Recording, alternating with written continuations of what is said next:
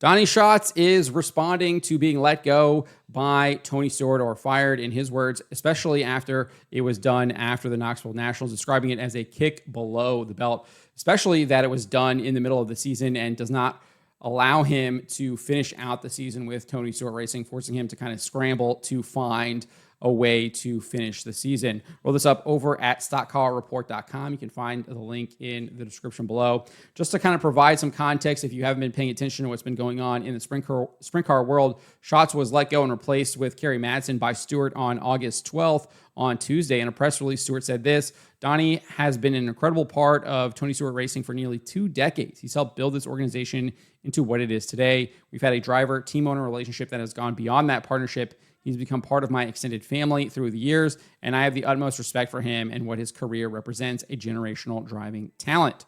The achievements we've accomplished together are something that I'll always be proud of, but in the past few years, we've weathered changes in the sport, and our performance hasn't been to the level that both Donnie and I expect. We're both competitors to our core, and we both hold ourselves to a high standard of performance that we've struggled to obtain. Making a change now gives each of us the chance to reset and refocus before 2026.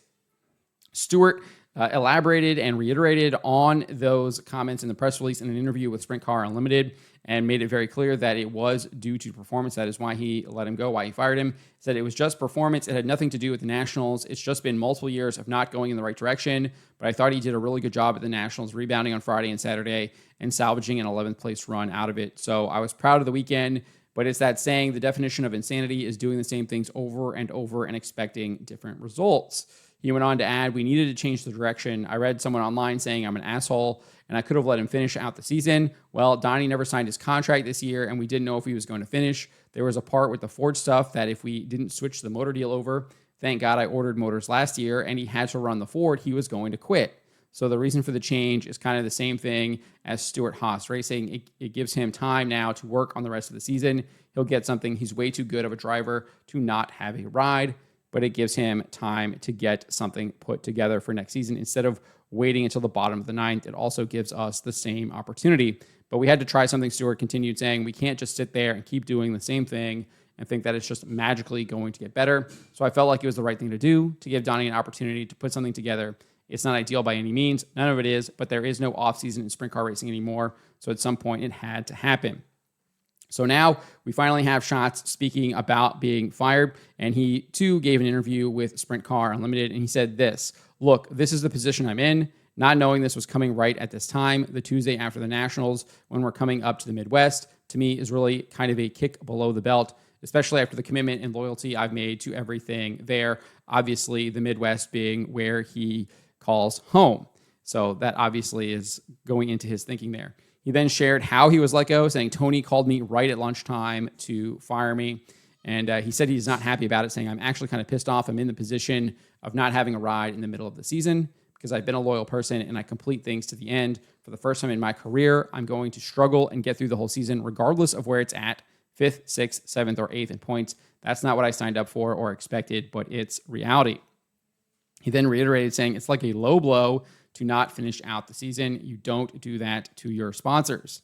He then shared that being fired, being let go, is changing his motivation and I think motivating him to perform better, saying, what it does change is my motivation. You have goals in anything you do, and once you win World of Outlaws championships, that's what your goals are. But after this whole scenario, my goal is I'm not going to be beaten and not finish this season. It's going to be almost impossible to do, but that's my goal because I'm not a quitter. So obviously, I think he's clearly referring to the fact that he is going to finish out the season, and he would be beaten if he didn't finish out the season, but his goal is to finish out the season. And he says, I'm not happy to be in this position, and it is what it is. I'm so thankful for all the people who have reached out. It's kind of a bittersweet situation, but there's so many great people and so many great cars and so many people who have offered everything under the sun. You almost feel bad telling anyone no. It's really overwhelming. Unfortunately, you can only go one avenue.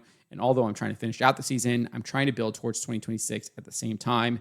Right now, today, I don't know what that direction is. He made a similar sentiment in a post to Facebook, video post to Facebook, where he said it felt like a gut punch not having that opportunity to finish the season. He also kind of talked about how his phone was constantly blowing up, how people were reaching out to him, and he felt that it was hard to say no. And at this point in his career, he feels like he's kind of being a people pleaser, but you have to say no. But he didn't provide any details on exactly what his plans are moving forward. Obviously, we do know that he is going to be competing in that big game motorsports car as a teammate to David Gravel for the next 7 races with the World of Outlaws, but it's unclear exactly what his plans are after that. Clearly, he has, seems like, a lot of opportunities given the fact that he's talking about how many people are reaching out to him. One thing that kind of stands out to me that maybe could have smoothed some of this stuff over is that maybe Stewart should have maybe given Schatz a little bit of a warning. Maybe give it, like, it's typical that you give like a 2 weeks notice, right, as an employee to your employer. Maybe Tony could have given Donnie maybe a 2-3 week notice that, like, hey, this is coming up. That gives Donnie some time to put together a plan where he can finish out the rest of the season.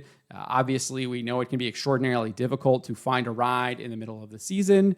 We saw something similar happen with Max McLaughlin. He was supposed to run a number of races in the Superdirt late model world, but he lost a partner, and then he's basically been sitting on the couch for half the season. Just recently announced that he's going to be able to step back into a big block modified and compete in a couple of races. And then last year, we saw Ricky Thornton Jr. obviously lose his ride with SSI. He was able to get some help from Brandon Shepard to race in the Flow Racing, and then obviously found a new home in Kohler. And I think he even reacted on the Shots video saying that it's actually been the best decision or the best thing that happened to Ricky and his family was getting let go and then finding a new home in Kohler. So it's definitely possible that this might be a tough pill to swallow right now, but it could be something that maybe reinvigorates his career after he had been kind of stagnating a little bit with Tony Stewart Racing, as Tony Stewart admitted in the press release and in the interview with Sprint Car Unlimited. So I think there's going to be a lot of attention here to what happens in these next 7 races with Donny Shots in the big game motorsports car and how well he performs. And there's obviously going to be comparisons made, just like we saw last year between Ricky Thornton Jr. and Hudson O'Neal. We're going to see comparisons made between Donny Shots and Kerry Madsen. But hopefully things work out well for both of them, and we get to see some fantastic racing moving forward with the World of Outlaws. But let me know what you guys make of what Donny Shots had to say here. Let me know in the comments below.